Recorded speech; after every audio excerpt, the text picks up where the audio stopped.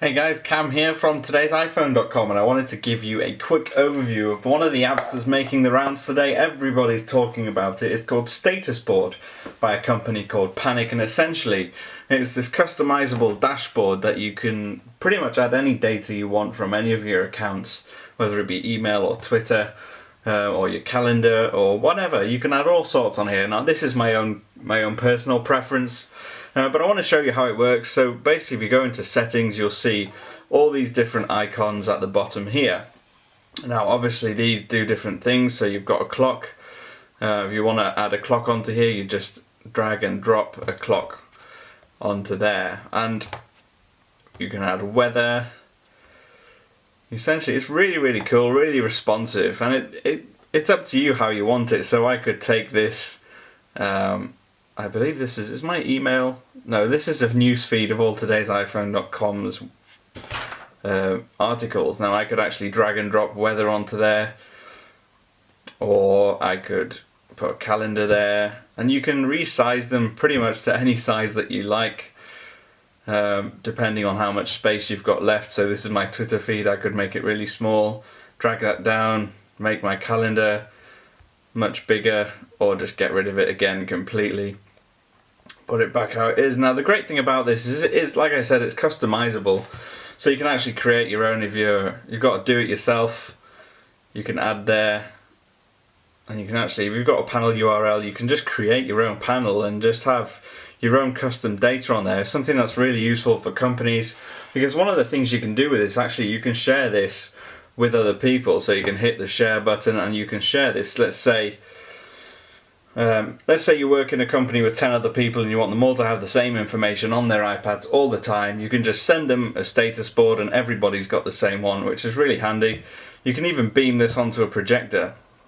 Yeah, so you can have it on your iPad or choose your HD TV and beam it out. It's AirPlay compatible, so it makes use of Apple's AirPlay technology. And this one at the top, if I can get it to respond, you have external display. There you go. You need an HDMI adapter and cable or an Apple TV. You can buy that.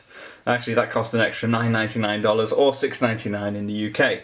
Now the app itself costs $9.99, so it's not the cheapest on the App Store. In the UK that's £7. But it is very useful, especially if you want to have a good roundup of everything that you need to know right there and then. So for me, I work in the UK, so obviously I have my UK time, but because it's an American site that I work for, I always have Eastern time as well. So I've got American time and my own time, as well as my local weather, my calendar, just a quick look at my calendar, emails, just a quick look at my inbox, mentions on Twitter, so I make sure I respond to everybody. And I had one there, now I can't remember what it was. So that was an RSS feed, so I can just stick that on there, and I've got all of today's iPhone's articles on there. Once you've finished customizing it and making sure everything's as you want it, hit the green tick button in the left hand top corner, and that's it done. Very simple, very good looking. There are some improvements that could be made, but I'm sure that's more to do with restrictions with services rather than the app itself.